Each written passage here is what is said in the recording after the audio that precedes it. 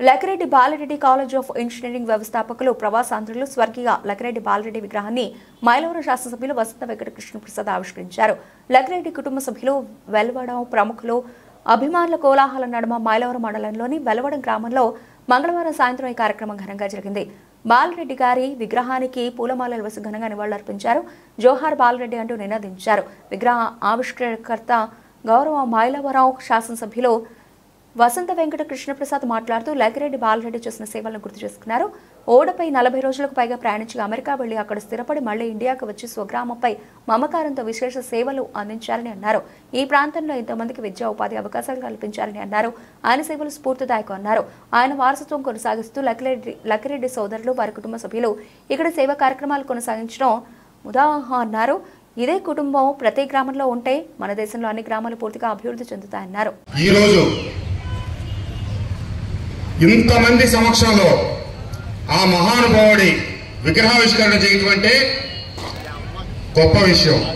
ఎందుకంటే సొంత గ్రామాల నుంచి పొరుగులున్న గ్రామాలకి, పక్క రాష్ట్రానికి వెళ్తే ఒకనాడు పలాని వెంకటప్పయ్య గారు, సుబ్బారెడ్డి గారు అబ్బాయిలు ఇక్కడ ఉండేవాళ్ళు, వాళ్ళు వ్యాపార రీత్యా చెన్నై పోయారు, హైదరాబాద్ పోయారు అని చెప్పుకొని 5 సంవత్సరాలకి 10 సంవత్సరాలకు కూడా గ్రామాలను తిరిగి చూడని పరిస్థితుల్లో ఎప్పుడో 65 సంవత్సరాలకు పూర్వం సొంత ఊరు వదిలి పరాయి దేశానికి వెళ్లి లక్కిరెడ్డి బాలరెడ్డి గారి జీవితం అందరికీ స్ఫూర్తిదాయకం.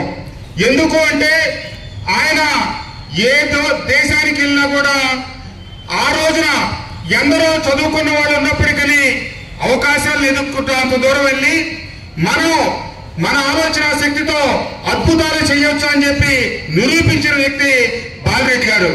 తను ఒక్కడంతే కాదు, నేను నలుగురికి దారి చూపిస్తే నన్ను మించిపోతారని భయమే లేకుండా ఆయన పని ఆయన చేసుకుంటా తనకు తెలిసిన వాళ్ళందరూ ఎవరైనా ఒకళ్ళు వెళ్తే వాళ్ళ బంధువుల్లో, వాళ్ళ కొలపోళ్ళలో తీసుకెళ్తారు.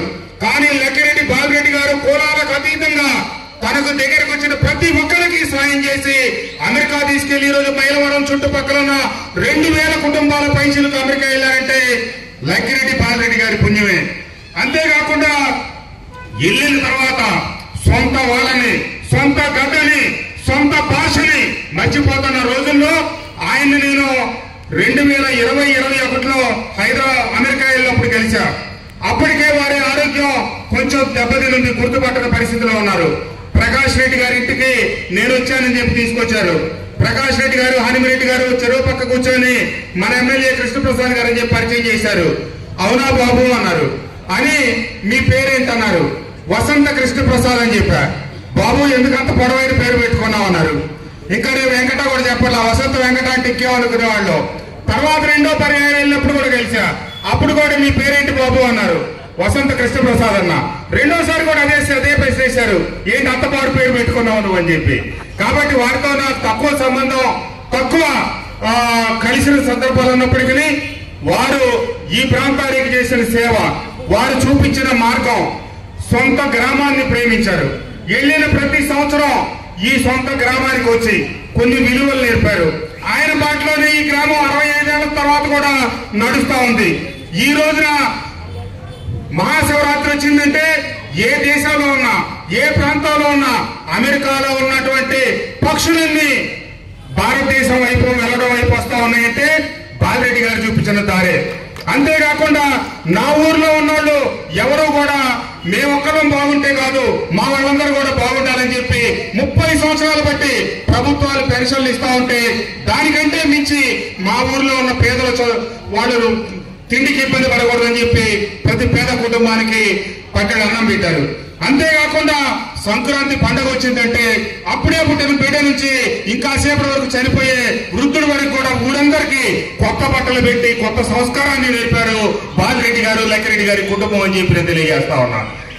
ఒక బాలరెడ్డి గారు లాంటి వ్యక్తి, ఒక కుటుంబం ఈ భారతదేశంలో ఉన్నటువంటి ప్రతి గ్రామంలో పుడితే ఖచ్చితంగా భారతదేశం కూడా అమెరికాకి ధీటుగా తయారదేటలో అతిశయక్తి లేదని చెప్పి తెలియజేస్తూ అన్న చూపించిన మార్గంలో వాళ్ళు డబ్బు ఎలా సంపాదించాలో ఈ ప్రపంచానికి చూపించారు. సొంత గ్రామాన్ని ఎలా మంచి చేయాలన్నది చూపించారు. తోటి వారికి ప్రేమను ఎలా పంచాలో చూపించారు.